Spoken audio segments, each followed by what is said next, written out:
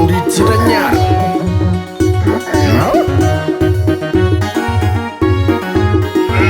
Gai mà nhỏ lột trương. Gai mà nhỏ lột trương luôn. Ruti chiwe bal joy ne jamre jingo coin dong weg nong bai kwa ken gedet. Jaran pengen bagai joy ne bung ngali. Doa gue wenim yele ne kaga pinom.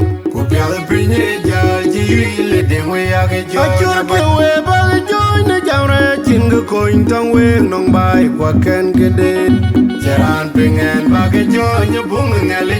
Doa gue wenim yele ne kaga pinom. Kupial pinye jal jiri dengwe age joy. Ruti chiwe bal joy ne jamre jingo coin dong weg nong bai kwa ken gedet. Jaran pengen bagai joy ne bung ngali. Doa gue wenim yele ne kaga pinom. Kupial pinye jal jiri dengwe age joy. Jamra ya jepinda me trong di de wulen yang putile pinten yaga pinting kedi. Riwa jejung ma tongan di kumit. Uran beneran lek ajaran muran. Jamra ya jepinda me trong di de wulen yang putile pinten yaga pinting kedi.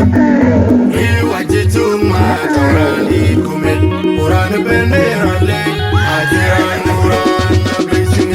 Sir.Michael ada nyop jual muran nong bandung de lem daud. Gogi jamra janye wek ingu mudu len dia ajaran muran dan denga keciden jambai ria telip yale wajah piwai nong denga api den jajuere andang abagayo cawan go ida kabatu Sir.Michael ada nyop jual muran nong bandung de lem daud. Gogi jamra janye wek mudu len dia ajaran muran dan denga keciden jambai ria telip yale wajah piwai nong denga api den jajuere andang abagayo cawan go ida kabatu on majar male nong majar ping adika majar ken majar kanyen majar kolde majar tonar ken majar kanyen majar anong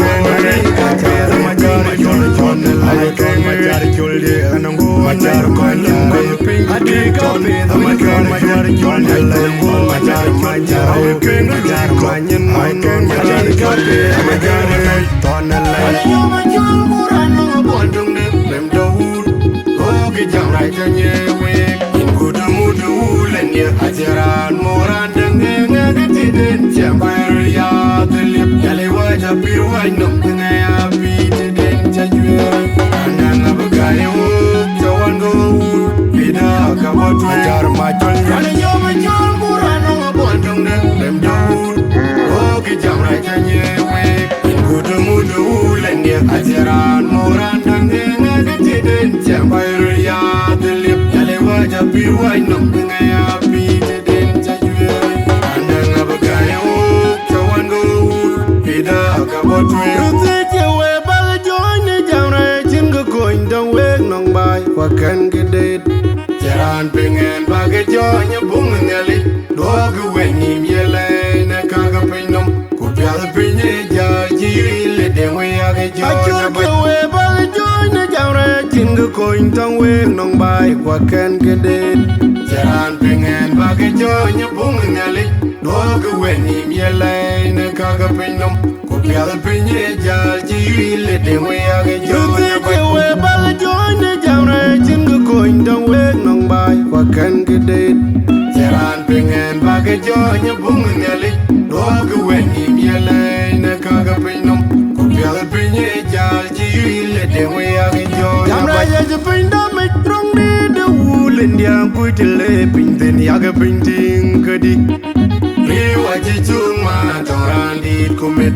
Uran beneran lek ajaran muran. Jamra ya jepinda me trong di de wulen dia putile pinten yaga pinting kedi.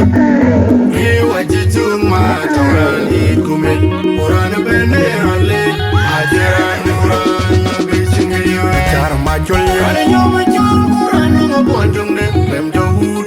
Gogi jamra janye wek ingu mudu len dia ajaran Ajaran moran dan nga gitiden Chambayar ya dilip Dale waja piwai nung Nga bididen chajwe Kandeng abagayo Kawan go Ida akabatu Sir.Michael Kane nyo majol moran Nga kwantung deng Lem daud Oke jam rai chanyewe Kudu mudu lendir Ajaran moran dan nga gitiden Chambayar ya dilip Dale waja piwai nung Nga bididen chajwe Kandeng abagayo Kawan go Ida akabatu On the light on my jar my dear Majar koyan ping Adika Amakan majar on the light on my jar Amakan majar koyan Amakan majar kopi Amakan on the light majar koyan Amakan majar koyan Amakan majar on the light majar koyan